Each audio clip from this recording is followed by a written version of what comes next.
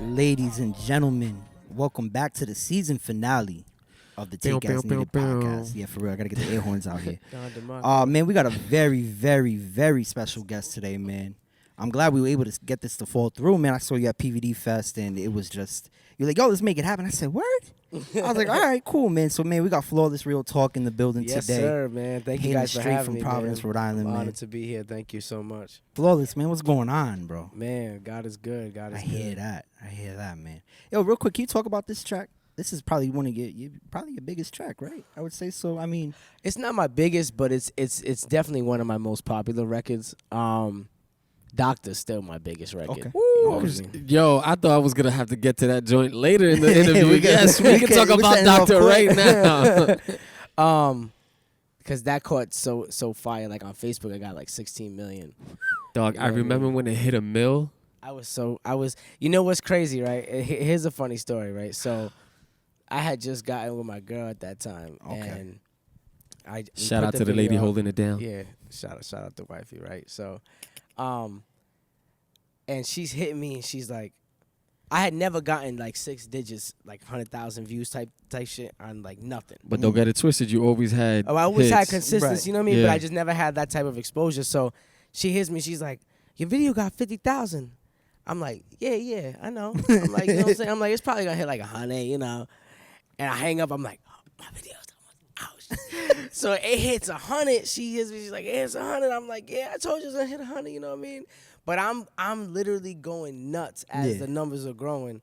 And then once we hit that mill, and it just kept getting shared and shared and shared, and it just kept growing. And it was just such an incredible feeling. And it actually, that was the moment where everything changed. Okay. Like, realistically, that song going viral helped me really catapult and kind of get over the hump, so to speak, of what I was doing. I was constantly touring and, running my label. Yeah, I was doing all that already.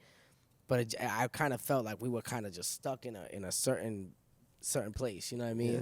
And that kind of really just catapulted. But that's what happens when you keep on pushing, you keep digging. You know what I'm saying? Man. Like there's that famous meme Shout out out there. Red Eye Movies for the video too. They did such an incredible job. And they're here right now on set with us, man. I was so Appreciate you scared guys. too if they could. It's crazy. You can ask them. I wasn't gonna let them do the video. Yeah. I'm like, I don't think we should do this video because if it's not done amazing, it's gonna come off real corny. So it's either gonna I know be what that's great, like, bro. Yeah, or yeah. it's gonna be the stupidest thing ever. And I was just like, I'm gonna trust you guys. You guys got to make sure you got. I was just so Thank goodness nervous. that you have a powerhouse team the way that you do. Because they are incredible. I have been telling Murph since I was a kid that he's an illest rapper / video He does it all, man. / editor / anything that you need when it comes to this tech joint, man. You got the illest dude. One thing in the I think game. that makes our team successful is that nobody holds on to their hat. Right. And nobody's above. Nobody's above the. Yeah, like if you need to take that hat off and put a different hat on, they all. That's it. Jay Abreu wears. He's got a suitcase full of hats. You know what I mean? Like he puts it on, does whatever it takes. Murph does whatever it takes. It's just like we all do when we're all just everything. You guys are all like speaking about your team. Your team is like master class people at everything that they do. Josh Abreu is a master drummist. Like, master level of incredible. everything. Red Eye is master at anything that it is that he can pick up. So definitely, I think that. Thank again, man. I just thank goodness that you got a master level class of teammates around you, man. For sure, I'm very grateful for How did your team come about? Like, who was the first person that came to you that said, I'm gonna put my trust in them? I'm gonna answer that, Jay Bruno. Yeah. Well, if we go back, it was 2010, and I was doing shows at the Coda Lounge. Shout out to Coda Lounge. It was a bar in Johnston. Nobody wanted to let me do hip hop shows. Really? And there's these two girls. Laura and Amanda, and they opened their doors to us. Nice. Shout out to and them. they let me do Tuesday nights. Okay, that's different. We're talking about Tuesday nights. Yeah, for real. Laura and Amanda. Let's name that. Let's name that ethnicity. What do we think, Dennis? What do you think it is? Hold on, Dennis. What do you think Laura and Amanda? You think they're related to me? No. Dennis, I'm gonna give you 2 tries. What do you name that ethnicity? Who are they? It's a movie, right? White girls. Okay, so you think they're of the Caucasian flavor? I don't know. He's talking Johnston. They're Italian, for sure. Okay. Yo, shout out to Okay, cool. Now, 2 Italian girls. Shout out to the two. And their dad actually owned the bar, so they convinced him to let us do hip That's hop. huge, bro. And shout out. they wasn't doing it. Yep. Shout out to Lauren and Amanda. That's the kind of shit that people need. Yeah. Yeah. So we grew it to. We started selling it out every Tuesday. Like we just started just doing everything. Then we moved over. We started getting gigs at Ultra. We were doing like Thursday nights, only like 2 songs, but we pop up, do the rocket. It's real important. And it just became like a constant thing in the city. But even though I appreciated those 300 people, it was like the same 300 people. But that's a following. Yeah. Yep. But I felt like I was gonna be 40 performing for 300 people. Yeah. So I decided to go down to Atlanta. I went down to Atlanta where there was more opportunities. Started winning a bunch of contests down there. We had no real plan, you know what I mean? Started winning a bunch of contests. Sometimes early on, man, that is the plan. Yeah, exactly. That right. is the plan. Early on, I really had nothing to lose. I was like, worst case scenario, man, I end up back home. Like I'm already here. Exactly. So I go and it doesn't work. I'm gonna come back home and I'm gonna be in the exact same position I am today. So when we went out there, we won this big competition with Wendy's and Hot 107.9 to open up Phillips Arena for Ludacris, T.I. Man, It was like huge. it was a huge. It was birthday bash. Okay. So they do it every year. It's like Yep. a hot night. Yep. You know what I mean? And we rocked that stage that night, and it was because like a lot of people don't understand, but like the only reason we killed that arena that night was because I was doing shows every Tuesday night at Coda Lounge. Practice. It was only I went to Atlanta 2 months. I went to Atlanta. I was doing 300 people. I went to Atlanta. It was only 2 months from then to then that I did 20,000 people from 300. But I could have bombed that if I wasn't doing the every Tuesday night. A lot of people think these shows are meaningless, these local shows, if you're going, and not a lot of people are going. You need to exercise that because guess what? You never know. Next week, you hit and you're in front of 5,000.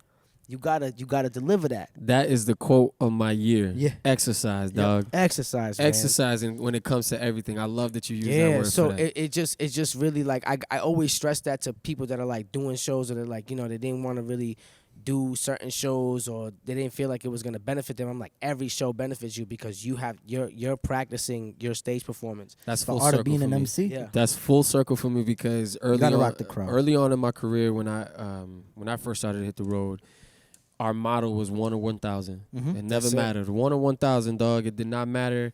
We performed our hard arts if there was 2 people. Didn't matter. Didn't matter. There was nobody in the And middle. you were rocking bigger crowds later on, and you were probably way Prepared. seasoned. Yeah, way was seasoned for prepared. that. So then I started opening for everybody. Like they started giving me all the artists, Waka Flocka. You know what I mean? Tech 9 comes down. Yo, shout out to Waka Flocka. He's actually he's a dude that loves to give opportunity. Absolutely, absolutely. So then Tech 9 comes down, and I open for Tech 9, and we did such an incredible job at that show. So by the time that you opened up for Tech 9, like how deep in, at least from that point, you said it was a 2 month gap. It was 2 months. But the thing was, I'm not trying to brag, but like Nah, brag, I swear bro. to Yeah, God, go ahead. I It's swear your to God, platform. Go ahead. I swear to God, we won like 30 contests as soon as I got there. We were winning. Like the first night I got there, we went to this club. It was like I think it was like Club Miami. They had a contest, and I won like that night. Dog, your memory is incredible. You know what I mean? Yeah. And I can't remember what I ate yesterday. yeah, this is like 2011. You know what I'm saying? So like, but it was just a onslaught of just showing up. There was a lot of opportunity. That's why I went there. I went there for the opportunity. So I'm looking for every opportunity. And plus, now, because I won the Phillips Arena thing, I'm plugged with the radio station.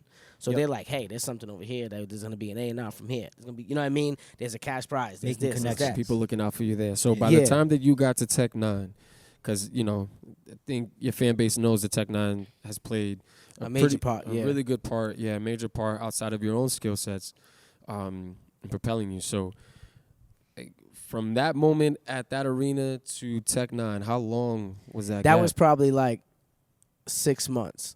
Wow. You know what I mean? So from that performance of Phillips, it was like 6 months of Someone constantly passed me the blunt opening because up. that's crazy. Yeah, it was like opening up. It was constantly opening up for artists, and then we got to Tech. Tech was like, "Yo, we got to tour 48 cities. You got to figure out how you're gonna get from city to city, and we could figure it out." You know what I'm saying? So at the time, I had a 5-piece band that I was rehearsing with. Okay.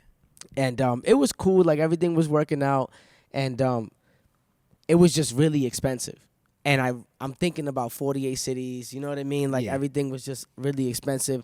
I go back home before the tour and everything else, and I had a home show, and I didn't want to fly the whole band out. So my cousin's like, yo, I know this drummer, and he's nice. Mm-hmm. You know what I mean? You should just use a drummer and a DJ. And I'm like, yeah, but you know what? I don't know. Like, I don't got the equipment for this drummer, dude. Like, you know what I'm saying? Because when I was performing in Atlanta, you know, the drummer needs a click track, so I need a 4400 machine. It was just like a lot of different stuff that was needed for everything. And I kind of missed just performing myself because it felt like there was so much more added to like having to worry about, and I wasn't there yet. Like, you know what I mean? To have the amenities of having everything at my you know what I mean, at my expense. Yeah. So he's like, yo, just use my drummer. So me and Josh met up. We did a rehearsal, and it went terrible. He's laughing right now. Josh over there laughing. It went so bad, bro. Right? So I'm like, look at, I'm like, you all right, dog? And he's like, yeah, I'm good. I'm like, probably okay. Sweating. It was so bad, right? But I for some reason, like I was like, he's gonna get it together. So I just felt like it was just short. It was short timing. He didn't learn the songs yet. So we get to the show, and he absolutely just bodied it. And I ended up like never using a band again. I stayed with Josh from day one. There you go. Know, we did the 48 cities together, and we never looked back from there. How big was your group of people then? So it was you, Josh, and who it was else? me, Josh. I had a partner at the time that was with me. We had invested in a bus. We had our own bus. It was just a dope experience. I had a merch guy. It was only like 6 of us. Wow. They were hating because all the other buses were full. Like it's like 12 bunks, 12 people. We had like 6. You know what I mean? I got bunks with shoes, comfort. Yeah, mad space. Y'all were traveling in a coffin, but they were traveling in the coffins, buses, and we were duplexing them out. Yeah. Yo, so you talk about entering into these competitions. One thing I've noticed just from listening to you is that you are a competitor. You have that. You have that fire inside of you. You hear your music. It sounds like your back's always against the wall, but you're not afraid. You know, you got that chip on your shoulder. Who do you credit that to? Rhode Island. Okay. I credit it to Rhode Island. I felt that. Yeah, he said Rhode Island. I got chills. I was like, all right. I'm not gonna lie, I definitely did too. That's dope. We're the smallest state, man, and like for me, I was really bred with that underdog mentality. Like I always felt like, even though I believed, right, and this is tricky because I always believed, but I always felt like I didn't belong. Okay. What do you mean by that? So like, yeah, that happened. Yo, I relate. So like, I'm relate. I'm as I'm progressing in my career, I'm like, yo, we don't belong here. Dog. Yeah. But I know I do. Like, but I'm just saying, like, I'm from Providence, Rhode Island. Like, I know where I come from. Like, yes, sir. Can't forget I ain't that. supposed to be here. I just defied odds to be here because I know this. I could have easily been working construction like I was on a roof at 120 degrees all summer till 7 o'clock at night. And that's just would have been it. A lot of people settle and kind of run through the motions through their life. And I just never felt like that person. So I always felt like the underdog. And then when I would accomplish it, I would always crack a joke like, yo, we ain't supposed to be here, dog. But we are. You know what I mean? I relate. And that would give more gratification of feeling like I broke in. Like I'm at Clue, like I ain't supposed to be. No, that I'm at the Cypher. You know, the BET Cypher was one of the most incredible experiences for me because of how it went down. Okay. I was screaming at my manager like, look, I don't care what you do, but this year I want the Cypher. I've been working hard. I've been doing so much. I just did Clue. Back to back. You know what I mean? Sway in the morning. Everything. You know what I'm saying? So I'm like, I need the Cypher, dog. So we're in the Hamptons doing a show with Fat Joe, and my manager calls me. He's like, I got you the Cypher. Woo. Tomorrow. Fire. Oh man. Also, that boy needs so a check. you had a day's notice, dude.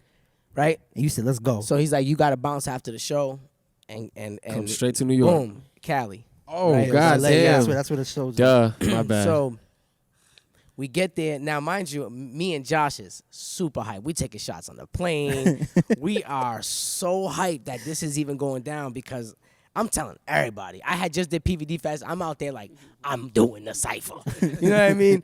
So we get there. And the lady's like, how you doing? How's everything going? I'm like, great, thank you so much. She's like, I appreciate you. Thank you so much for coming and participating in the digital cipher. So I sit there, I'm like, what does that mean? I look at Josh like, did she just say digital? You gonna have me on social media? Yeah. Did she just say digital cipher? Mm-hmm. I swear, if she didn't see the smoke coming from my ears, I don't know.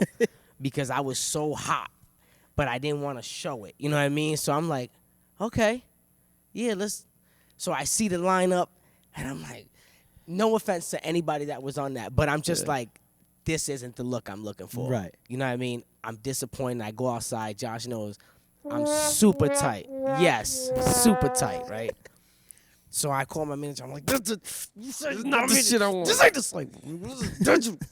What is wrong with you? I should fire you right now, dog. Oh, my God. So I'm so tight. And Josh is over there, and he's pissing me off because he's over there telling people like, yo, when my boy goes up, y'all gonna have to figure this shit out. I'm just saying, nigga, they gonna have to figure all this Sounds shit just out. like. And he kept just going. like He kept Josh, going. yeah. They had to figure all this shit out. So I'm like, yo, shut up, dog. Then like, just be quiet. So for a second, I'm like thinking, I'm like, you know what? I'm being ungrateful. I'm in the room, right? The same people that do the TV. No, wait, hold on. Let me finish. In your defense, though, man. So the same people that are doing the TV cipher gotta film me doing the digital cipher. So it's exposed. So they gotta see me. And you know what? I'm gonna get a spot next year because they gonna see me right now, regardless. So I said, God, forgive me. I'm being ungrateful. I'm here. I'm in the room. Let me kill it. Thank you so much for this opportunity. And my attitude changed, and I went in there with a better demeanor. I performed. We did about 2 takes, and they said, cut. You move.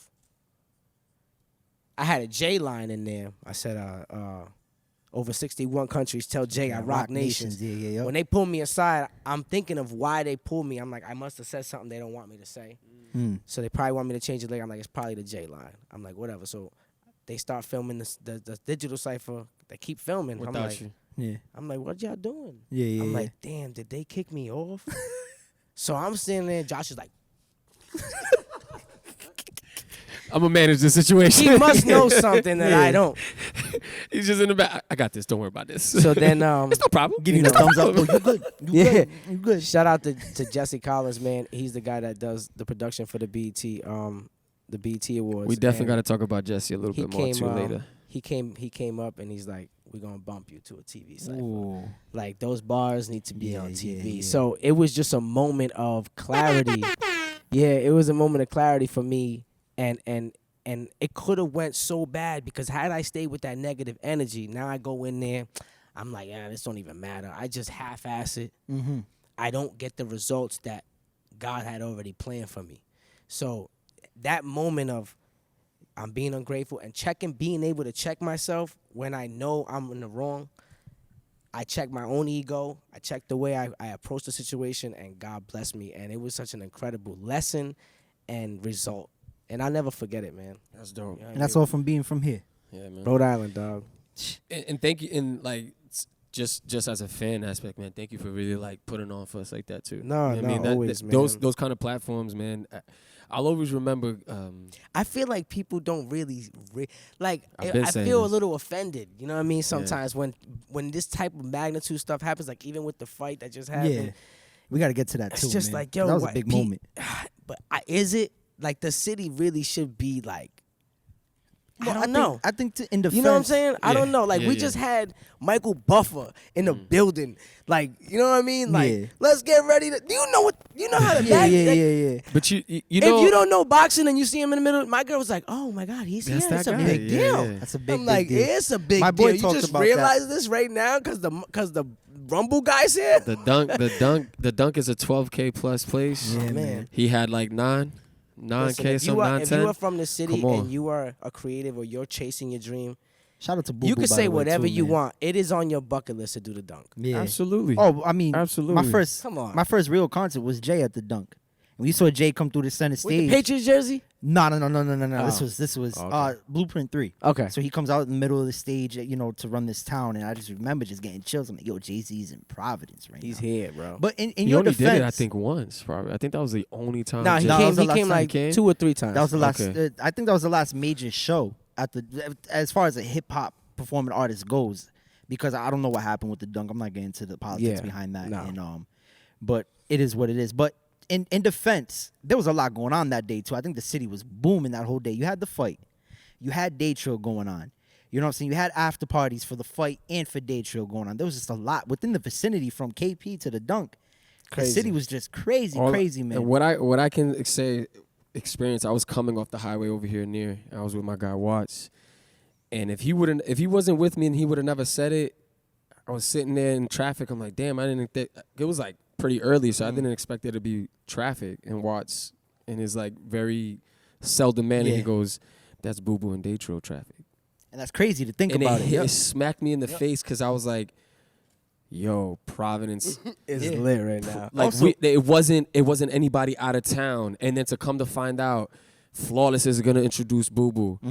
Day Trill is crazy. You know what I'm saying? Yo, our city, us collectively, whether you were a spectator or you were performing or working, whatever you were doing, we just did that. Yeah. Boo Boo just did that. Day Trill just did that. You can't. Shout out Boo Boo, man. Nah, I really hope he gets the Canelo to fight. I really do. I think Boo Boo needs to get more credit, just man. did that. You know what I'm saying? Yeah, Flawless just did that. I think a lot of people don't talk about Boo Boo enough. You know what I'm saying? If you're just a casual fan of boxing, or you just know the fight scene from UFC to boxing, man, you think about it. We have a fucking world-class champion in our own city. That's my problem, though. Like, yo, I rep Rhode Island so hard, right? And I think that's why I take things personal, bro. You embody it. Because I really, I embody it. Yeah. And, like, when I was out there, like, I was so grateful for the opportunity and I was so happy. But, like, yo, like, that place should have been sold out, bro. We have a world-class champ. Yeah, like, right here in our backyard. He brought Vegas here. Like, it felt like Vegas that whole week. I'm at the press conference. I'm at the weigh-in. I'm seeing who's in the building. I'm seeing the type of magnitude of what is drawing to the city. You know, this is all huge. It's on the zone. Like, Anthony Joshua just fought on the zone, like 2 weeks ago. Yeah, it's huge. You know what I'm saying? Like, he's the WBO champ. Like, to bring it back to what you're saying, I don't think it's anybody's real fault, right? It's no one's real fault, and I think everybody should be given that I'm like a PVD historian. I feel like that's what I love to do. Right. I know everybody that's doing something. And when you start to realize is that, yo, what it comes down to is city pride. City pride is what it comes down to. We've talked about a lot on this podcast too. Yeah, a lot. City pride is really what it comes down to, and people really kind of think that that's a fickle thing, but it's very important for people. Like when you go to Chicago and you go to LA and you go to New York, what's the core reason why they support artists like that? Why did Kendrick pop up? Here's where I go against that, because like, let's use Oklahoma. We were just talking about Oklahoma City. Right. I've been there. I went to a Thunder game. They're actually one of the smallest arenas. They're one of the loudest arenas. They are always sold out. It's just a certain pride with being in that city. Us, we have a different tag. We are the smallest. Like, if there's odds of making it in this world, guess what? We are the smallest percentage of that. So the pride and of actually making it out for those that actually made it out should be at an all-time high, especially if the place holds 12,000 and there's 2 million people here. I agree. I feel that. That's 1%, not even 1% of the population. I definitely to fill that agree place. With you. You understand what I'm saying? I definitely agree with you, but I think for me and the way that I see things, it's just that people are just now getting more that they can be prideful for. And it starts with guys like me and you and Dennis and everything that we do to be able to be seen together. You know what I mean? That's what I feel I'm started. Like, dog, if it never happened while me and you were growing up, thank God it's happening right now. Thank God, man. You know what I'm saying? And that's the mentality. Yo, the same way that you had to bring it in right before the BET Cypher, that's what a lot of us got to do. And that's what a lot of us are doing. A lot of us OGs are to even compare myself to an OG like you, Flawless, is crazy. But the fact that I do see you, me and you interact through social media, or we try to do this, and like you and I have stories together, that's the type of shit that people got to see. And that's pride. I was just at the TDN, joint that they had at Brass Monkey, and all those kids are singing local Fire. artists. Fire. And it starts with that. That's what we got to do. Yeah, that's facts. We got to now all right, if we didn't have it, we got to give it to them. And that's what's happening. Look at the kid Israel Wusu. He's packing joints out. Yeah. People are singing his joint. Lily Rain, they're singing his joints. And, I just think that that's where it starts with. It starts with actually, like, the youth. We got to get them involved, and we got to be seen together. Yeah, so I got to ask you a question. Have you seen the documentary Almost Dope? About Providence, about how the rap scene, the culture in the late 80s, possibly into the early 90s, talk about how they became almost dope. And, I had Cam Bells on here earlier in the season, and he said, fuck that. He said, because that's casting a negative shadow. You're saying we're almost dope, but we're not dope enough. I agree. Yeah. And that's from an OG perspective. It's a dope documentary. It gives you a lot of what's perspective it talk about, like Sage and stuff? Sage, Crook Rock's on there. Just a lot of I forgot, there's a clique. There was a big clique from the South Side that was on there. I don't remember the name. It's on YouTube. It's a decent, you know what I'm saying? When you get the time, watch it. That's kind of always been that same mentality in Providence, and then people are now starting to embody the fact that we are dope. We're gonna, you know what I'm saying? Yeah, we're gonna push it. And there's so much talent out here. It's without a doubt. And I'm so proud to say that it took all of us to do that. But that's what it takes. It takes doesn't take one person. It takes a village, right? Or it takes a community. But I just think that when it comes to really pushing something through, like, sometimes artists blow up in their city first, right? Mm-hmm. And they get catapulted to the rest of the world. It's been really tough for me to make it to where I am. And I'm not saying that Rhode Island hasn't helped me.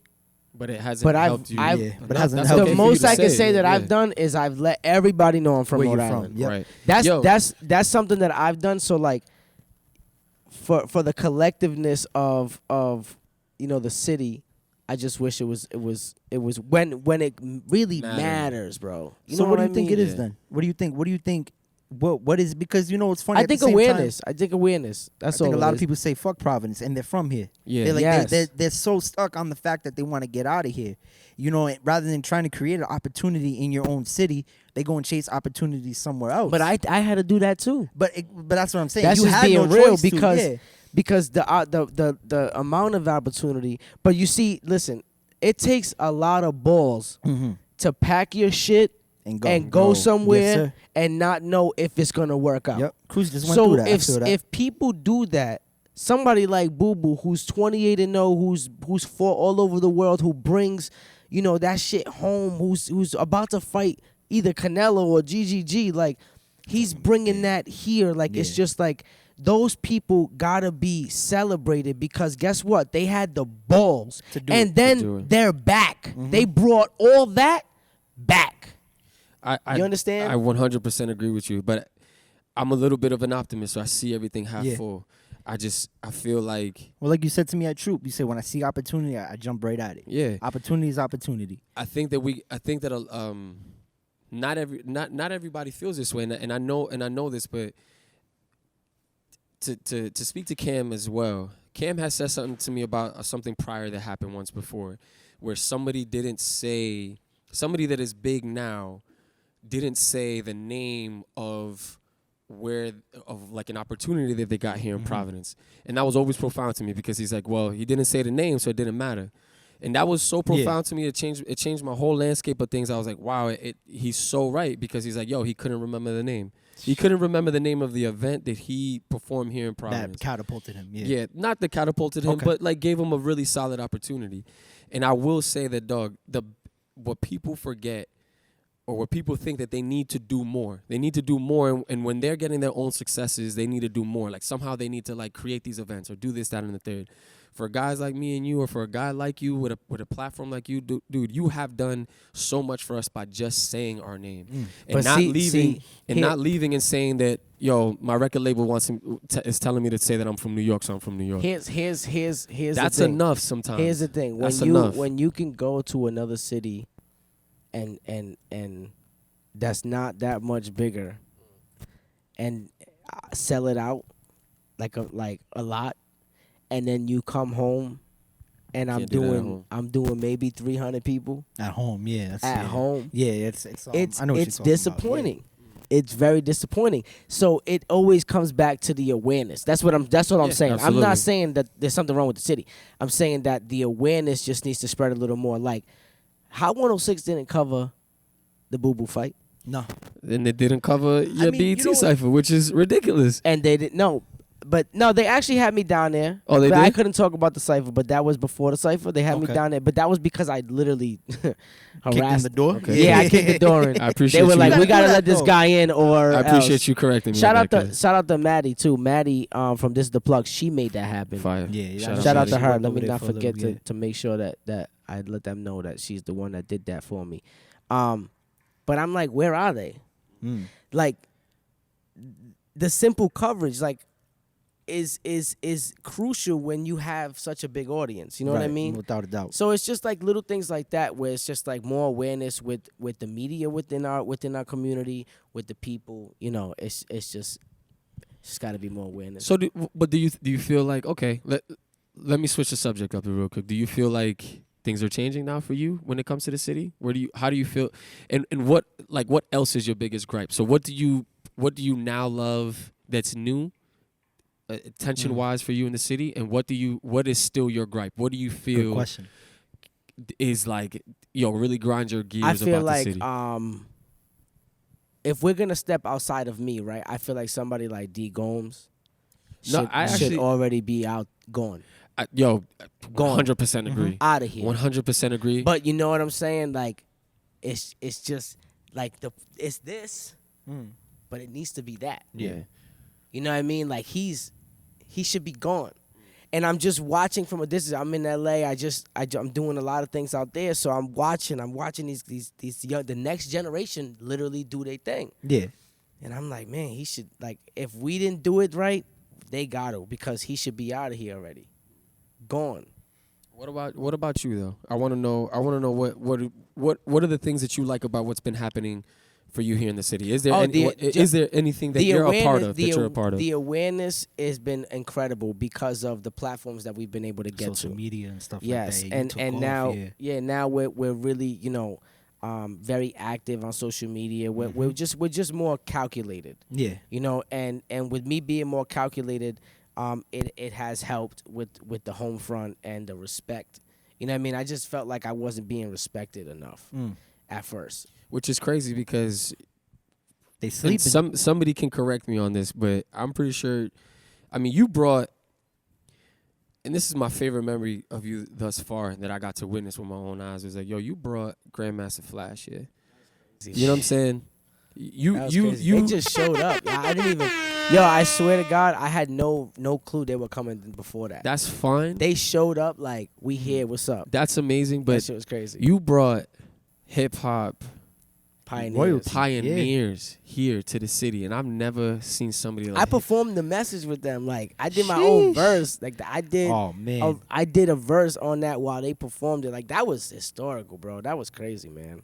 That was dope. So I agree with you with the level of things that you've been able to do on your own. You do so much for the city, and guys like you we need to be able to speak more. And like, I was there for that. I saw it. You know what I mean? And also to speak about just your caliber of a performer, I think is where the most value you have as a writer is that you pen your joints to perform. And that's something that I try to tell the youth nowadays. It's like, who are you performing for? Yeah. You know what I'm saying? Who you writing music for? And like a lot of guys try to tell me like, oh, I'm writing for myself. And I'm like, wow, you are so wrong. You are so wrong. Because niggas try to, well, you know what? That's the difference between the art and the business, though. Yes, sir. Whereas somebody that's writing for themselves it's not in it for the business, But you're a writer, and you write to perform, and that's one thing that like changes an artist. You know what I'm saying? So to be able to see you perform live is also a treat,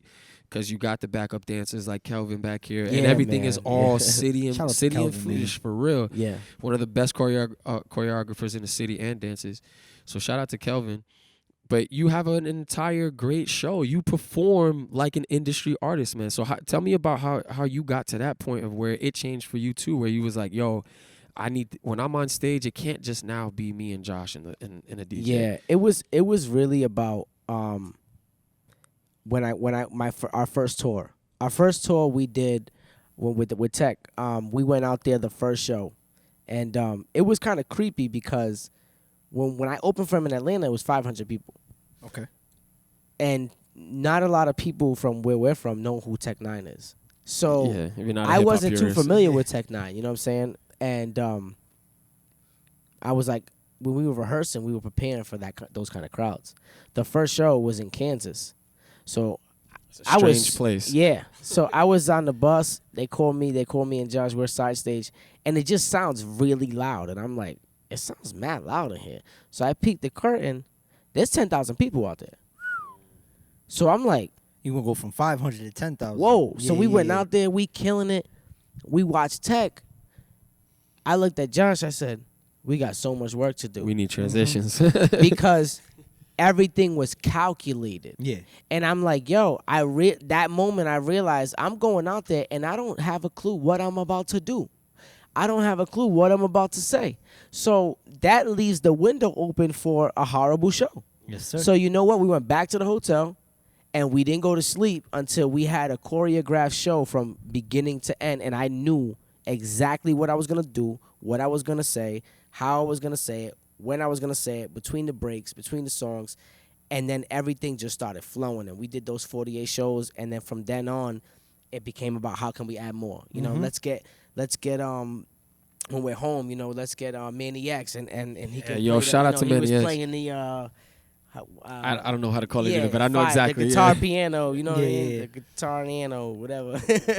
But Keytar? you know, now we just the keytar, there you go. That's Now all we jazz. just start elevating and adding elements that just are able to entertain, and how can we do things, you know, that are different. And it's always been about carrying myself right. as an industry artist. You know, when Josh and Murph got on the team, you know, they'll be the first to tell you, I'm like, I don't care what's going on. Don't go ranting on social media. Mm-hmm. Image. Because Absolutely. Because you know what? Whoever's reading that is smiling ear to ear because they all want to see you sweat. And guess what? They're never going to see a sweat. You're always going to maintain that, you know, that professionalism, because once we train ourselves and that muscle memory is implemented in what we do, now we're hitting these levels and we're doing these platforms that are just monumental, and they're already, it's not even, nobody's thinking. It's already second nature, because from when we were doing 200 people, now we're doing the dunk and everybody's on point because we've been doing this the same way.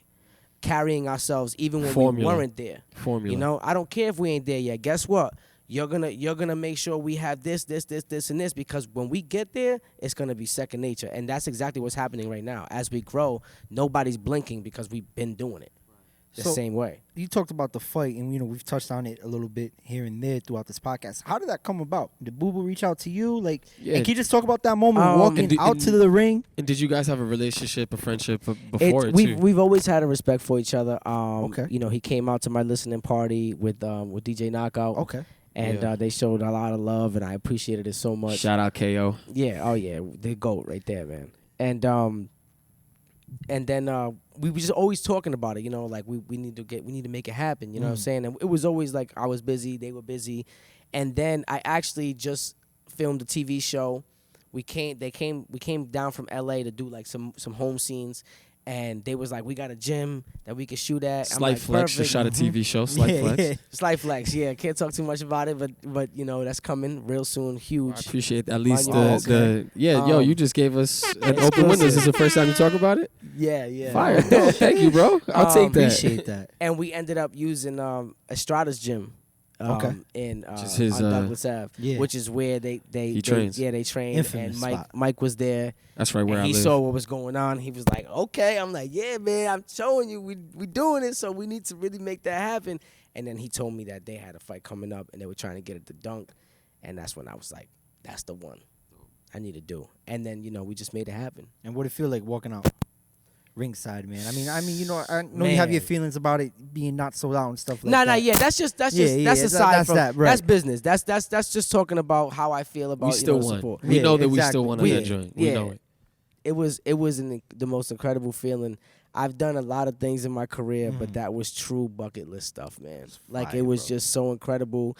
The fact that it went so smooth, that it went so well, that he won, you know, that it was at the dunk. It's just so nostalgic and You guys are a lot alike too. yeah. You guys are a lot alike, and I mean this in in your work. I don't know you guys. No, for sure. I know Boo Boo pretty personally, but I don't know you personally as deep as I would like to. But the way that you guys are like portray yourselves, social media. You guys are a lot alike. You guys are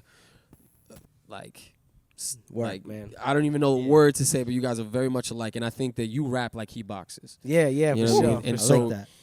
there's definitely it makes a whole lot of sense branding wise for you guys. Absolutely. You know what I'm saying? And I'm glad that you guys got a friendship before, regardless of it. So I do want to touch base. He shared that moment with me. I just want to say, and that was That felt that was so it right there. that was so honorable. Like I was just like, wow, he worked for this. I have nothing to do with this, bro. Right. I rep the city, yes, but this has nothing to do with me. And he shared that moment with me, and I'm gonna be grateful. I think for the it rest did though. of my life. I think you could look at that in a different way too. And he, game sees game or game respects game. Oh And he no, said, for you sure. know, I gotta bring you out too. Because Especially you throwing just the as mask important. on with Yeah. the monster Yeah, joint. yeah, Like yeah. he really played into me coming out. Like I wasn't just walking out and he was just like ignoring me. Like Nah, he was rocking with me. that's He had fire. the mask. It was just like really like, I hope he gets that Canelo fight. man, I hope so Yeah. too. I hope he gets Mayweather, dog. Nah. Yo, that'd be crazy. I'd be crazy. I Yo, don't know. you know what's crazy? When the conversation with him and Canelo started like happening, I was like, yo, if Mayweather was still boxing, he could possibly get Mayweather. If he gets Canelo and he goes after Mayweather the way that he's been wanting to for like the last 5 years, Mayweather will come out. Come on, man. Mayweather's about his money. I don't know. Yeah. I How old is Mayweather now? but I'm an He's up there. optimist. Yeah, I know. I feel you. I I'm mean, an optimist, man. it's crazy. That would Mayweather. could you imagine? I can imagine. That's why I know it could happen. And Man. if there's anybody in the game right That now, could do it. top 3, He's too- yo, come he's- on, he- he I can think, do I it, think, dog. I think the problem, real quick. and they're both similar boxers. Okay. I think Dennis held his head on that one. I think when it comes to Mayweather, man, Mayweather is what 50-0. You know what I'm saying? It's like he's done. I think even Mayweather knows that boxing for him now it's somebody else's turn. Right. Because the sport, if he's still the biggest name in boxing, there's something But wrong he with took boxing. $6 million to fight some Korean dude. Yeah, but Exactly. but that's he might be that's- spending a lot of come on, money. man. that's money Come way on. with Boo Boo's about to be 30-0. Yeah, I don't- he's I don't about to think- hit 30-0, bro. He's about to hit 30. I don't know, man. Come on. I wouldn't. If I'm a Boo Boo fan, I wouldn't like the sounds of that because Mayweather Not coming yet. out. Not You know yet. what I'm saying? I want him to beat Canelo. Yeah, I think he He deserves beats to fight Canelo, and then imagine he beats Canelo, then gets Triple G or the other order and beats them both. Then we're talking, yeah. bro. I think we're talking. 'Cause I think now. that's just because I put on for my city. Oh nah. I mean, we're talking right now, Yeah. but I'm saying in reality, what they would give him. Absolutely. I think if he did that, then that would be something that like promoters and stuff would be hitting Mayweather Promotions up about. Yeah. You know what I'm Dog, saying? because after that, it's There's nobody else. Yeah. And yo, he just fought. He fought. The last time he fought was 6 months ago. 8 months ago. Who, Yeah. Mayweather? In Boston. No, Oh. Boo Boo. And he washed that dude. And he just watched Zaleski. Yeah. Zaleski was Washed number him. 2 in the world. Yeah. He wasn't no Yeah, a slouch. lot of No, people didn't and the know dude that he I didn't even fought, know that. I can't Number remember 2 in the world. I can't remember He the guy's threw name from 500 Boston. punches. He hit him 33 times. Boo Boo is He was a like, sniper. you can't hit me. So Yeah. again, You coming can't touch this. coming back to what I'm saying, I think it makes sense. I think that you deserve that. If there's anything that was in Boo Boo's mind is like, me and Flawless are the same. Again, I'm gonna hold down to that you spit the way he boxes. And if you look at the way that Boo Boo boxes, he can see those punches coming. Yeah, man. So I say that again to say we could talk now about this Doctor record. Yeah. Because the way you spit on Dr. Dog is is a way that a dude boxes in the world. You know what I mean? Talk to us about this Doctor record and how it changed your perception of yourself and your fans' perception of you. Cause it's such a big record. I've always Bring it up in I've the always background, been into the storytelling. Like I've always loved to tell stories in the Okay. music, you know what I mean? And Doctor was just something that just came about, and I was just like trying to figure out how to utilize what's going on in the game right now and how to introduce myself as something that could be a change, you know what I mean? So we started thinking about, different artists that we were at the time not really fond of, you know what I mean? And using them as diseases and anecdotes, and then combining the greats to create this formula that is Flawless. And it was Brilliant. dope. A lot of people don't realize though that everything was calculated in the sense of even using, like, if you look at the patient who's hip hop, it more likely looks like a kid that wouldn't look like naturally what you would put there for hip hop. But it shows an industry baby or something yes, like that. It puts a perspective of how much hip hop has changed. Hip hop is not only, African American based, it's of all ethnicities. I mean, one of the greatest rappers is a white guy. You know what I mean? Right. Absolutely. And one of the even better, just as much as good as him, is a Puerto Rican from New York. Facts. You know what I mean? So, for sure. It's just become the more universal. So, and the father actually plays the role of Rakim, who doesn't approve of this new stuff because he's the originator. He's the godfather of hip hop. So he's like the father of hip hop. So he's like, yo, all this stuff that's going on, he's coming back with tight pants. He's doing this. Like, I'm not rocking with this. So Doctor's like, all right, well, let me see what I could do for him. You know what I'm saying? I'm trying to, check out what's going on with the patient and stop choking by 2 Chainz, using the references, and then suggesting this this anecdote, which is flawless: 10% M and Big L's delivery, 20%. You know what I mean? Just telling them what it consists of. What a lot of people don't see is that Doctor works for the industry. He's trying to save hip hop. He's trying to save the industry. Flawless is the savior, which is me, who's rather be independent than contribute to that bullshit. Right. I'd rather be over here and do what I'm doing, and everybody can see me. I'm my own entity. You know what I'm saying? So when the story actually continues in another record, which is Pressure 6, where Doctor encounters Flawless again, and Flawless actually gives him all his reasoning on why he's not so quick to give it up. You know what I mean? And then gets away from Doctor. Then it continues again in the Monster video, where Doctor finds Flawless again, but this time he's a different type of beast. He's really not fucking with anything that's going on over there. So he kills off Dr. Real. You know what I mean? So It's really like a 3-part story. And like everybody asks me for Dr. 2, but they don't realize Dr. 2's in Pressure 6. Like you just said. Dr. 3's in Monster. Right. But there's just different levels to the story of how it just keeps on going. You know what I mean? So you probably listened to a lot of Biggie growing up, right? A lot of the greatest storytellers. Yo, real talk, I didn't. Nah? I didn't. I'm going to be real. Hey, I'm not going to be one of those dudes like, yeah, Pac and Biggie. Like, real talk, I didn't. Okay. I listened to a lot of DMX. Okay. Well, DMX was one an of the most storyteller. amazing storytellers ever, bro. Like, I don't even think he gets enough credit for that. You know what I mean? Especially on Hell is Hot. Man. Absolutely Oh, my not. God. Oh, my God. It's crazy. Sounds like the one where he's talking about like M was Slim Shady LP was man, just crazy. Was beautiful, bro. It was crazy. I was a little too young to be listening to that, but but as you glad got that older, yeah, you studied it and more. Jay, man, like Jay really. And he was very simplistic with me. his storytelling. You know what I'm saying? It was never. It was weird because in some records where like his storytelling, it's not necessarily set up as a story, but it's so many lessons within the music with Jay. You know what I mean? And like when he started doing stuff like, just venturing out and other things, like when I seen him when he first went off and like became the president of Def Jam, and people don't realize he's responsible for Neo, Chris Brown, Rihanna, Kanye, The Dream. Yep.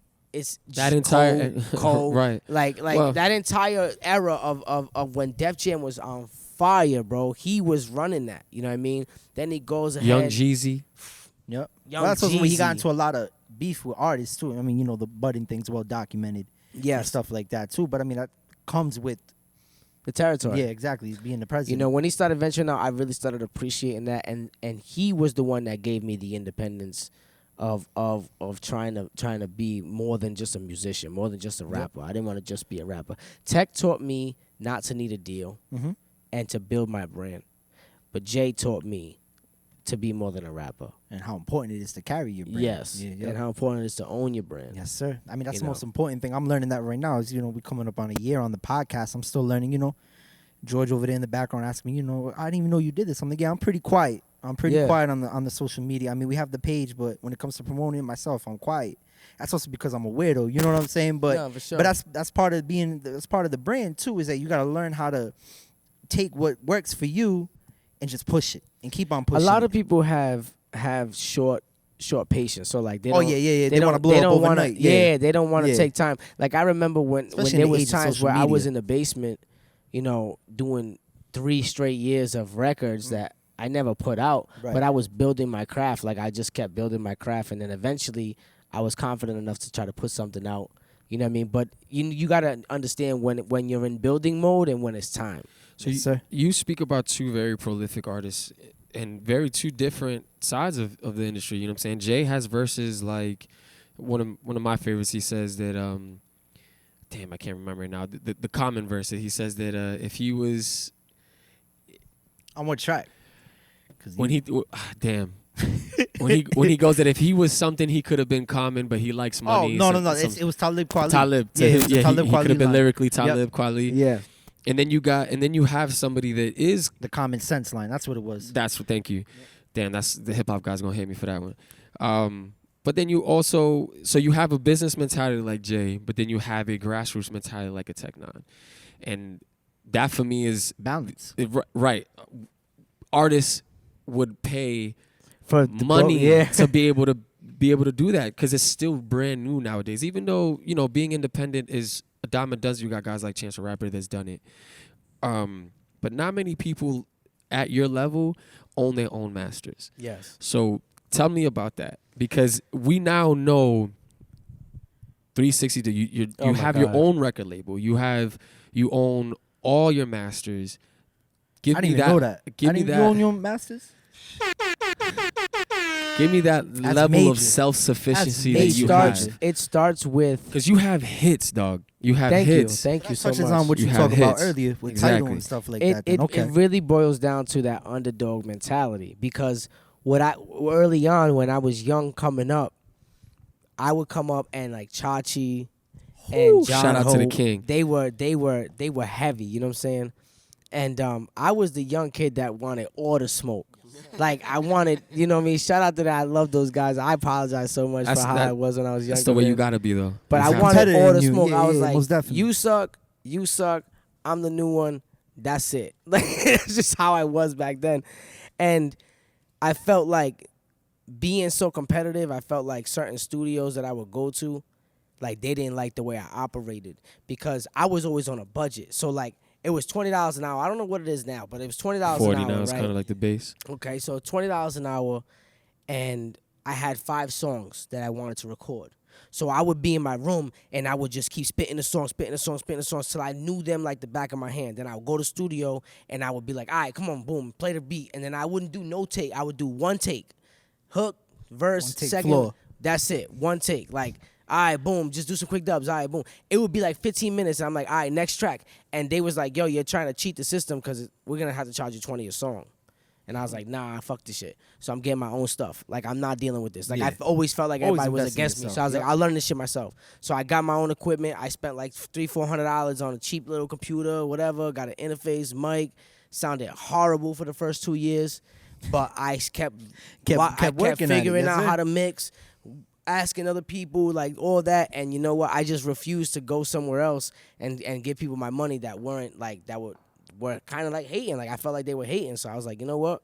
I'm just going to do this in my room, and I'm going to be in here 24 hours, and I'm not going to spend no money. Right. And then that's how it comes with owning the masters, because you're recording everything. You're keeping all the masters. You're not signing a deal. You have your own LLC. So now, you're the full owner of everything, because everything's coming out of man.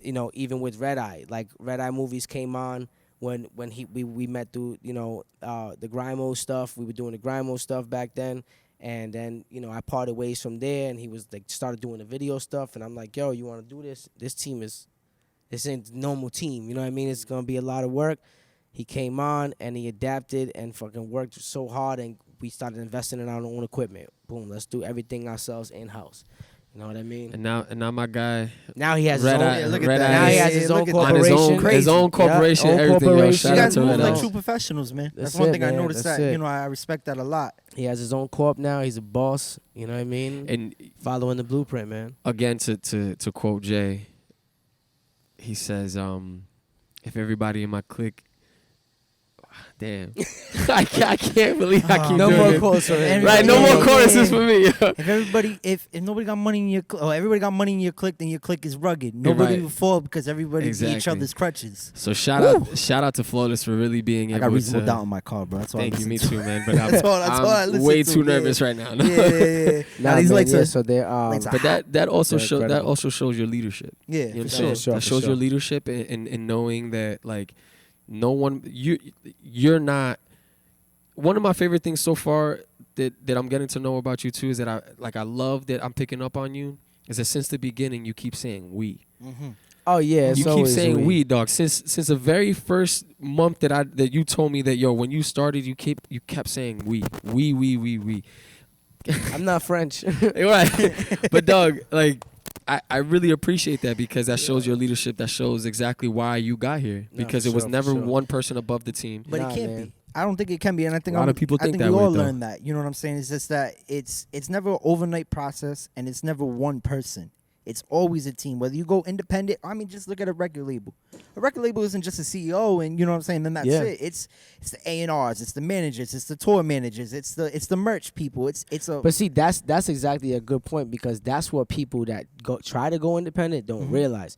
The word independent doesn't mean you just go and do whatever you want. Right. It's a team mentality. The word independent means you're going to take on the responsibilities of a major label because you want to own everything. Yeah. Now, we're not against a situation like, this is already out in the open, but I went and met with Rock Nation 2 weeks ago. Right. And we talked about partnership. We talked about, how we can both, maintain our independence and still work together. To each other, Rock Nations, I think that they're very good at doing that. I think because Wale was on a completely different. But I'm going there because guess what? I can't distribute my album the same way that they can now because not because I might not have. I don't have the means. I'm still building that knowledge. Why the record label is still important today is the relationships. Yes. That's why you want the record labels. Yes. People try to say record labels are dead. They're not dead. They're not. They're just you just have to build your value enough to not take a deal that now I've always been the guy that never go knocking on nobody's door. I've never ever gone to a label as you shouldn't because if you're good banging on enough, somebody's door they're because they're gonna be like, okay, well, if you want it, you could take this. I've always wanted to be approached, and any meeting that I've ever taken is us being approached because I have certain guidelines, and there's no shame in me saying that we've turned down more than a handful of deals. That's a great thing. Good for you. Because not because I'm against a major. Yeah. I might sign a deal at the end of the year. Who knows? But I promise you, when I sign that deal, you're gonna see it and be like, those numbers were right. Because he's been doing this for 12 years. Why would he protect everything to take a deal when you already own everything? Those numbers yourself. were right. So if you see me take a deal, please don't comment on my IG. Yeah. Don't sell your soul. You know what you're doing. Yeah. Yo, you know that's gonna happen though. The numbers was right. That's the only reason I don't have a deal. It's not because. It's just because the numbers ain't where I need them to be, so we continue to push forward because that machine is still beneficial. Without a doubt. And if you're going to be an independent, you have to be prepared to spend the money, marketing, pushing yourself, and sometimes, you need that extra push. So when the numbers are right, and Rock called me back, we might get it popping. Yo, so we're talking a lot about, the future and stuff like that. One of our co-hosts who couldn't make it today, Jenna, she usually does like a Would You Rather. Let's do it. It's a little different, but I think we're gonna ask this question anyways. Did she send you the Would You Rather? Yes, she did. All right. So, would you rather be able to see everyone's past and understand who they are because of it when you touch them, or see where they'll be in 10 years, or just what I'm saying? Like when you put your hand on my shoulder right there when we were cracking on Gibran, you saw my. Would you rather see my past, or would you rather see where I'd be in 10 years? Damn, that's why you gotta blow me like that. Why are you cracking on me, dog? Because kept on forgetting Jay's lines, man. I'm gonna have Cruz X those out. Question. I would always, I wouldn't want to see where people are gonna be in 10 years because then I feel like I would be walking around with a motive. I would like to see where people are really bred from. I think perception is reality too. Yeah. You know what I'm saying? So if you have an understanding of who this person is, you can be more what they've gone through. Yeah, you can be more understanding of them. Absolutely. Sympathetic for them. You know what I'm saying? All these crazy things. Just like Joshly said, empathy. Exactly. Empathetic and stuff like that too. I mean, at the same time, though, I'm kind of a curious person. I kind of want to see what people are in 10 years. You know what I'm saying? I feel you. Because people can. But you know up. something. You know something. Like I'll use this as an example. When I was doing the shows in Coda Lounge, if somebody said what people did say, where you gonna be in 10 years, I'm out of here. Yeah. And then I actually look and I'm here with y'all. I might not work as hard, or I might change my path, or I might, you know what I mean? Like, oh, I'm not there yet. Like, I'm still where I don't know if I want to put the next 10 years in it, and just, you know what I mean? So it's like it all depends on what you want to see, because it could hurt you in your work ethic and your path. And exactly. I think more than anything, though, I think people can open up and talk about their past, and you can, if you're a good listener, you can sit there and be understandable. For me, I would gotta be the future. I would have to agree. And what if somebody doesn't? What if somebody that's not gonna be alive in 10 years? You just see something black. Now you know that person's about to go. No, that's creepy. Now that puts that burden on you, bro. No, that's too it's much. A wrap. Bro. I'm good. Why you put me in that? So yeah, go with those superpowers. Shout out to Jenna on this joint, because that question was real good, and I think it definitely fits the theme of what do you think? Yeah, I would want to know people's past. I would never want to know anybody's future. I'm right in line with you. I think I agree with everything verbatim you said. I would hate to see people lose their family or anything like that. Like, that's like the you gotta break that news. That's like, the you not say nothing. Yo, you about to get a divorce. Yo, man. For me, that's 10 years. You gonna have 3 different wives. Yo, that's a Wolverine effect. You know what I'm saying? That's a Wolverine effect. If you think about what Wolverine went through, he's lived through, so he's outlived everybody he's ever loved. You know what I'm saying? I would never want to do that. Yeah, that's crazy. Never. Yeah, but I think his problems were his past. He had pieces of his past he didn't know about. Yeah, that was kind of his thing. His immortal. Yeah, I mean, I ain't gonna nerd out on we gonna podcast. You know what I'm saying? We do that after. Immortal. So yeah, Wolverine, it was more or less he was putting together his past, and he didn't know the pieces of his Wolverine past. fits flawless, so we gonna do that. My guy's a beast. Speaking of the future, though, man, what's next? What we got? What we looking at to finish off 2019? We've been doing the last summer campaign. Okay, I do want to touch on that, because I think it kind of ties into what we were talking about with the city. Yeah, you know what I'm saying? You had some really dope words for the city at the same time too, talking about, I think this is the last summer. What did you mean by that? And I just found out that you put me in that video. Thank you, man. No, all day. You know. I gotta see it. You fam. Thank you. I was drunk as fuck. I'm glad you didn't put me in that video, bro, because I was, oh man. I'm glad you remembered that we agreed to this. Bro, man, come on, man.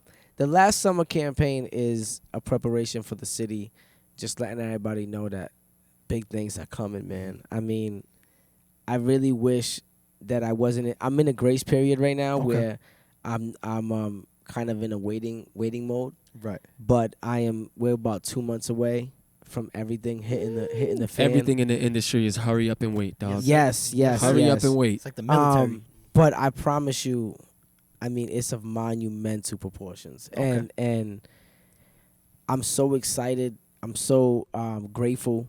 I'm so man, I'm just can't wait for this to happen, because I can say that it is a TV show. You know what I mean? Okay. But the best part about this show is I am playing me. So I'm not I'm not an actor in a sitcom or something like that. Like it is something that is about to be so monumental, and the world is gonna know who Flawless Real Talk is. Now, is it scripted or just? No, it's not scripted. Okay. It's streamed. Is it gonna be on a streaming service? Yes. Congratulations. It will be on a streaming service. Thank you.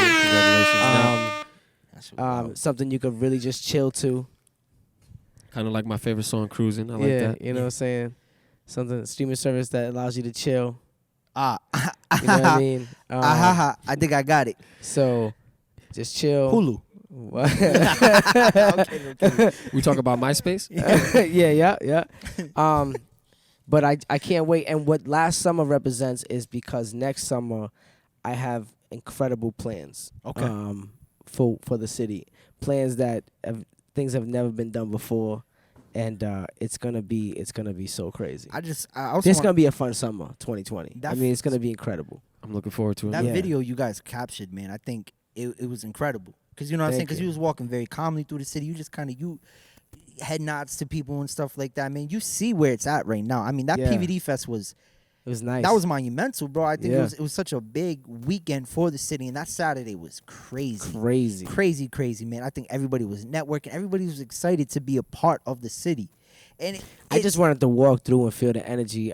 We had gotten a couple of offers to do the PVD Fest, but I was in the middle of doing stuff in LA, and I wasn't sure if I was gonna be in town. Sure. So I was like, you know what? Let's just play it safe because I have other obligations.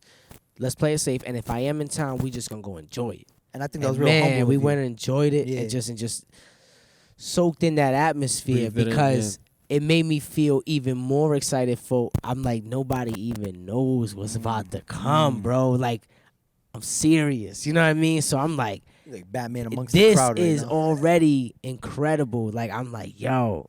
And it was just so nostalgic for me to just be there and see that and just picture what it's about to be. I know we're talking about the future, and I'm really, really happy about what's about to come for you, man. And I can't wait for you to be able to talk about it because you seem so passionate about it. And that's always good because that means that, you want this to happen. Yeah, I believe in it. Yeah, exactly. Yeah. I'm going to bring it back just one more time. No problem. To see how far you've come now, to have a summer that you're literally preparing for. You're in a summer and you're preparing for another one. How does the memory of Jesse, because you mentioned him earlier, like what were those early on conversations? Who is he, and how much of a deep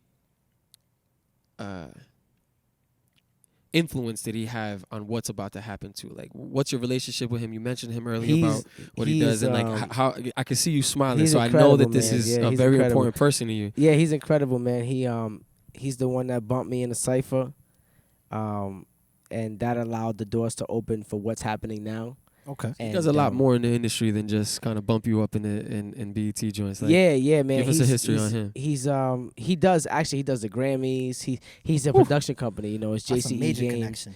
And say that again. What's the production company? JCE Games. Yeah, and they're just they do everything. They do an incredible job. They did the Bobby Brown story. Okay. And they do everything. You know what I'm saying? They work with BET, MTV, like they do the Grammys, like I said. And they've just been so incredibly just a blessing to me just because they believe in the talent, you know what I mean? They've given me opportunities. But let's be very clear that after the cypher, this led to this opportunity, but it was like an opportunity because it could have went sideways. And I'd be, it would have turned out to be nothing. So like my motto is like, put me in the room, I'll take care of the rest. Mm-hmm. So they allowed me to bump me on the cypher. They put me in another room. I took care of business, and now we're gonna see what happens next. But I really commend them and everything that they are and they do because they really are for the artists. And when they saw my talent, they stopped everything. They switched up. They added me to a cypher I wasn't supposed to be in. They did Yes, more. you were. Yeah. Oh, thank you. Yes, you were. They did. Everything to try to accommodate my talent because they believed in it. So it was really incredible. But that's because you also believed in yourself too. Absolutely. You know what I'm saying? I think it shows. I think that energy you give off, it just, like you said, from put me in the room, I'll take care of the rest. They said, okay, we'll put you in the room. Show us. I think that takes a lot, man. I'm a show guy. I'm a touring guy just like you. I know. What's been your favorite city to perform in, and like what's been your favorite city to perform in? To be honest, the Midwest, whether it be Denver, Colorado. Shout out to Denver. Shout out Denver. Minnesota is incredible. Okay. Oklahoma is incredible. The Midwest really has a different feel, bro. Has anything special ever happened in Colorado? In Colorado, Josh, Denver shows. I mean, yeah, anything. You know what's special happened? I made him do 10 push-ups on stage in front of the whole crowd, and everybody was like, 1, 2, 3. Did you make it to 10? Did you make it to 10? In the middle of drumming, bro, it was hilarious. I was like, hold on. You owe me 10 push-ups, bro. That was hilarious. Y'all got any funny touring stories? Oh, I owe him push-ups right now for the finals. Fire. Oh yeah, yo. By the way, that video Josh put out when y'all were talking about the NBA and stuff like that. Yo, one thing I know because I went to high school with Josh. When you get involved in an argument with Josh, man, you better just forget it. You better bring your fucking weapons. You better be war ready because he's not letting up. Nope. Not letting up at all, man. But yeah, y'all got any funny? I mean, damn, you did 48 cities, man. Something quirky or stupid must have happened along that time. He's looking at me like, nah, I can't talk on it. I bet. Say less.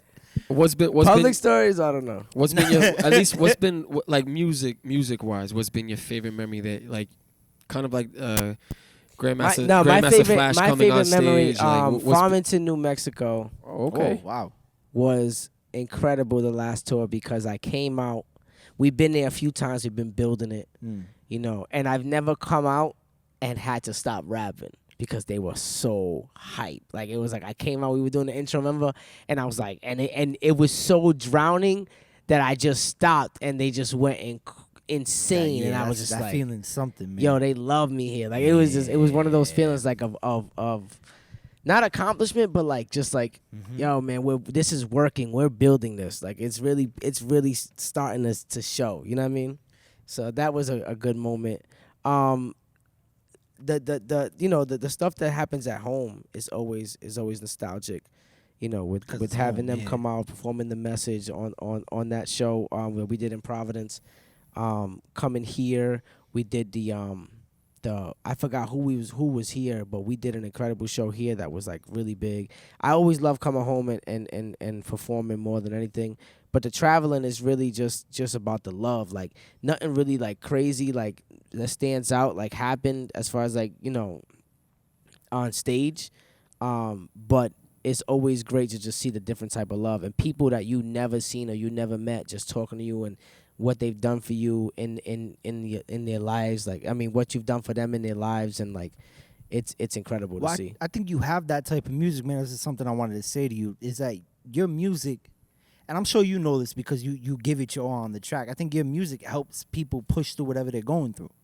You know what I'm saying? Because I'm sure you've battled your own demons too, you know, and it's Absolutely. just when somebody hits a track like Monster or the intro on 24/7 or even the track right after Monster, you know, you hear that shit and you just go, damn, I needed to hear this today, because you know what I'm saying, because I was down, or I'm on my last 5 minutes on the treadmill, you know what I'm saying, I need to bang out this last set on no, facts. You know, I need to finish this last quarterly report for work or something like that, man. And if I keep this mentality that Flawless has, I can develop into my own monster. I can develop into my own, you know, just fucking surreal being, man. And I mean, I think a lot of people, I think hip hop kind of misses that to a point.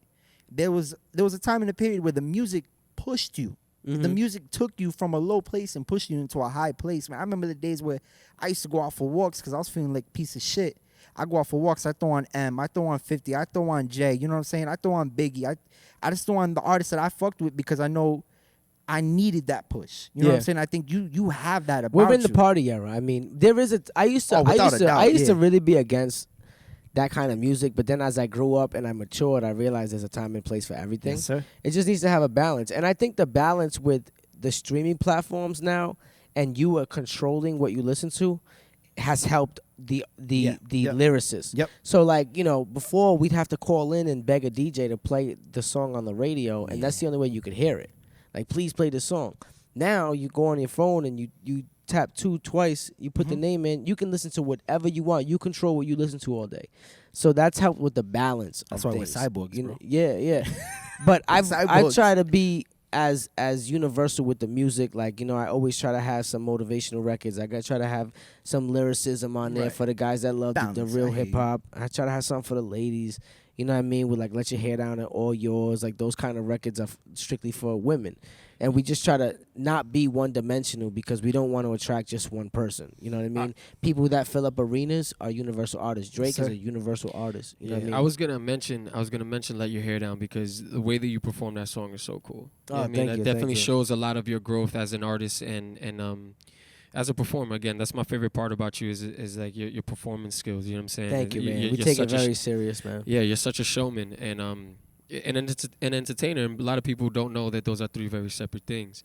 But I'm a rap guy. I like people who body joints, and you've been able to box next to guys like Jadakiss. Yes. You know what I mean? That track's crazy, by the way. Thank you, man. That track's crazy. So I say that to say I want to talk about the BET cypher now, just to kind of like absolutely lead this out. But, In closing, you were literally a monster on that joint. Thank you. You know what I'm saying? Thank I felt like that was your that was your similar moment to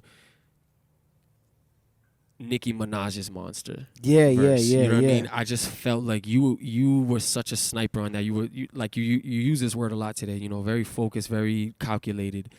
It was and flawless. you embodied you embodied a rapper that I don't think this generation has really seen. You know, you were up against some really cool guys, but you showed out. Thank you. You showed man. out. So Thank you. let us know what that moment was for you once you knew that, all right, I'm coming to the big stage. I'm gonna be boxing next to these guys, and we got this guy on the DJ table. You know what I mean? You had DJ Premier. You had exactly. I'm glad you said it. Yeah. You were at the top. You're at the top. Thank you so much. And how was that moment? And what did you do to prepare for that rhyme? Did you prepare? What did you feel like? It was you very wanted to short go in? notice getting it. Like I said, my dude had told me we had a lead. You had the next day. Yeah, we had we once we got on, it was the next day we were going. So it was like a lot of like scrambling to write, you know what I mean, and piece things together. And the moment for me though is so nostalgic when it comes to long term, because you know in 2010 they had a contest that that allowed somebody to be in the cypher with other people. And I came, like, I was a finalist, but I didn't win. And it happened to be the cypher that Nicki was on with Joe Budden. Like, it was like a big cypher, and I was like, damn. Did anybody know that? And nobody. Wow, nobody really another knew exclusive that. for the Take Ass Needed podcast. I didn't Fire. win, but I was a finalist, so I felt like I could almost taste it, you know what I mean? And I just told myself, I was like, yo, I'm gonna get on there. Like, one day, I don't care what it takes, like, I'm gonna be on the cypher. And then being there now and seeing it, watching it on TV, like, when it aired, like, it was just another bucket list thing, like, you know what I mean? And as those things start to check off, I look up at the list and I'm like, I could get that too. Yes, sir. Like, I could definitely get confidence that now. grows, yeah. You know what I mean? Yeah, the confidence grows and just continuing to climb. And I'm extremely grateful for what's to come. And the next wave, I'm ready right now. I'm preparing the next album. I'm just working. I'm spending a lot of time with my family right now before everything hits. Much needed. And now I know everybody can like touch back on the video. It's everywhere. You know, it's on the BET website. But tell us about what you actually said in that. Speak about what you actually said at that cypher, because that's a king moment. Yeah. You know, well, like, it was just, tell us it was about one what of those, you felt and how you prepared to really body it the way it was. that It you was did. more like an introduction to me being there, and then letting everybody know that I'm not surprised in a sense. Like, you know what I mean? Yeah. It was like, I can't believe that I'm here. No, I actually can. Like, you know, they asked for me by name. That's what I call demand. I told people all year that this is part of the plan. Oh, yeah. The world's about to find out who I am. And that, when you speak things into existence, Yes, like, sir. I was literally telling people, like, you can ask these guys out. They was like, what you got coming? I'm like, yeah, I'm doing a cypher this year. And I was like, I don't know, but I'm definitely I'm going to keep saying it. I'm going to keep pushing for it. Like, and it ended up happening. And I was like, wow, I really spoke that into existence, like, the whole year, like, from January on. You know what I mean? It was September when we filmed it. So it was like 9 straight months of like, yeah, I'm doing a cypher this year. Not knowing that I didn't have nobody working on it. So then when we went to the BET Awards, which is different from the Hip Hop Awards. When we went to the BET Awards, we were just there as spectators, just being in the mix of things, introducing the people, meeting people, you know, stuff like that. And I was just like, yo, I need to get on the cypher this year. So I told my manager, I said, if you don't do nothing else the rest of the summer, just try to make that happen. And I was like, use the Clue bars. You know, I had just did DJ Clue Power 105, and I killed it over there. So I was like, yo, we have the video of it. I was like, forget submit Sway, that. you killed it over there? No, I haven't been to Sway. You haven't been to Sway? No, I haven't done Sway. I was supposed. Sorry, guys. I was supposed to do Sway. But we got a little caught up. But we'll reschedule that, you know, and then we'll recircle back there, with Sway. My bad. No, it's cool. But I did DJ Enough. You know, I've done a lot of Shade 45. You know what I mean? Serious XM stuff. I did DJ Who Kid, DJ Clue, of course. Yep. You know, DJ Tony Touch. That was legendary too. When man. I saw Tony you on Touch. Clue's page, I said, "Oh, Yeah, that's dope. Whoa, okay, That's dope, man. Here it Shout out is. Clue, man. Clue shows Clue, a lot yeah. of love, man. A lot of love. Shout out Kid Capri too. We about to I was do gonna a say lot of work. Kid Capri commented on one of your posts. Yeah, recently. he always the world, shows love, the world man. famous man. That World was famous crazy. Kid Capri. We about to do something crazy too, man. That's really dope. Sheesh. Yeah. Damn, yo. So in closing, man, anything you want to say to the people who are listening right now? I just want to thank everybody for the support. You know, my motto is taking things one day at a time. I hope everybody does that in life. We can't control too much other than what our actions right now. So, continue to be blessed and, take it one day at a time. And that's all we continue to do.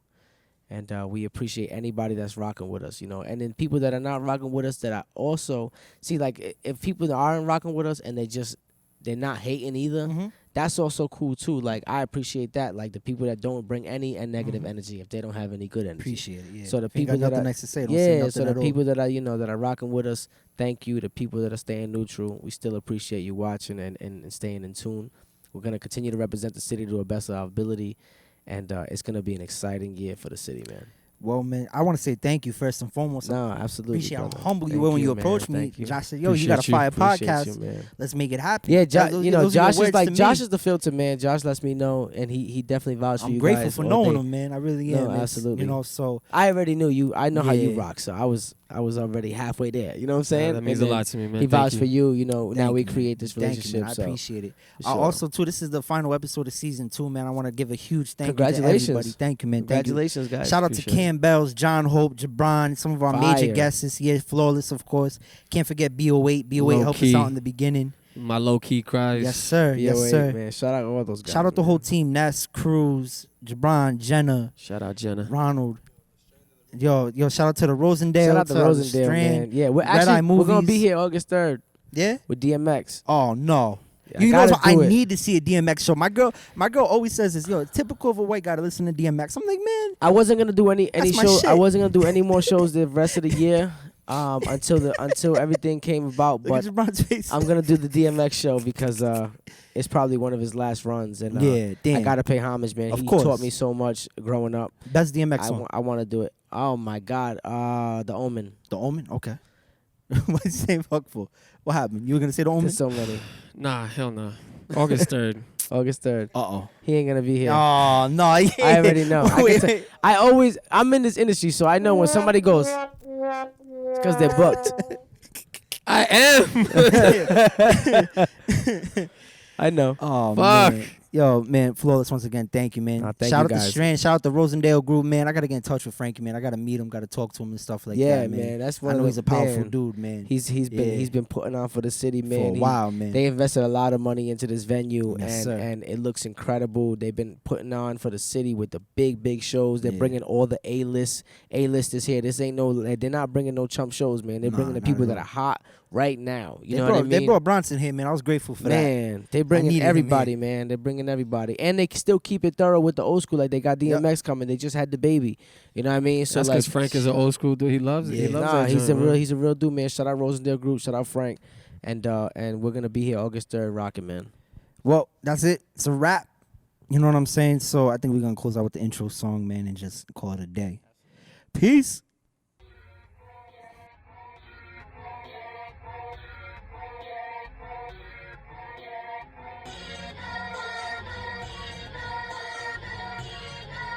Put it, hit him with a banger, boy. Bags on empty, need a refill. Bags on